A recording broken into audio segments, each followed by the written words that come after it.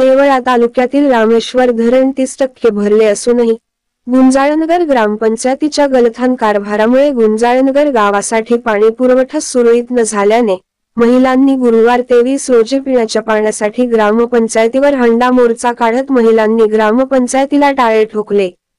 गुंजाळनगर गावाला रामेश्वर धरणावरून पाणी पुरवठा होतो, परंतु गेल्या 3 महिन्यापासून रामेश्वर धरण कोरडेठाक पडले असल्याने येथील पाणी पुरवठा ठप्प आहे।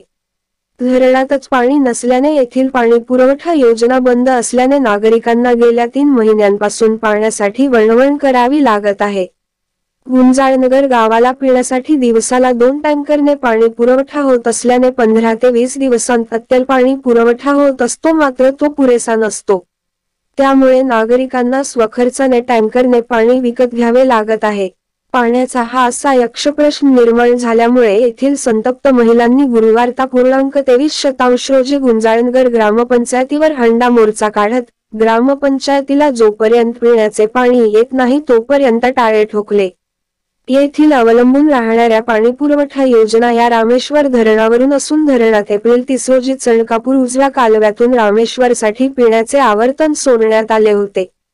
ते आवर्तन मे 20 रोजी बंद करण्यात आले असून सद्यस्थितीत रामेश्वर धरणात 30% पाणीसाठा असूनही गावासाठी पाणी पुरवठा होत नसल्याने येथील महिलांनी ग्रामपंचायतीवर आक्रोश मोर्चा काढला।